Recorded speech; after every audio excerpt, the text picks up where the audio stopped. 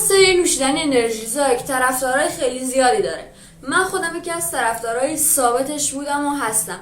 امروز میخوام درباره چند تا حقایق پشت پردهش براتون بگم.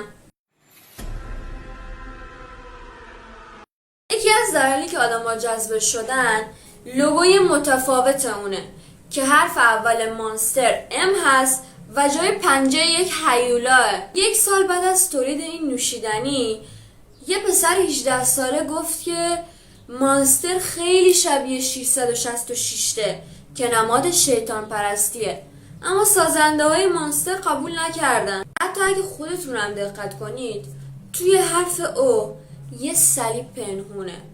پسر 18 ساله بعد از این ادعا کلا ناپدید شد و هیچ کس ازش خبردار نشد. چند سال بعد از ادعای پسر 18 ساله جامعه شناسی اومد گفت که حقیقت داره، داخل حرف او یک صلیب پنهونه که وقتی میخوایم نوشیدنی رو بنوشیم برعکس میشه و شکلی صلیب برعکس میشه. و جالبه بدونید صلیب برعکس نماد شیطان پرستیه. این مرد نوشته‌ها رو برای سازمان امنیت آمریکا فرستاد. سازنده های شرکت مانستر قول دادن که این علامت رو پاک کنن، اما چند وقت بعد زیر قولشون زدن. تا الان این راز مخفی مونده و این حقیقت هنوز درباره مانستر فاش نشده.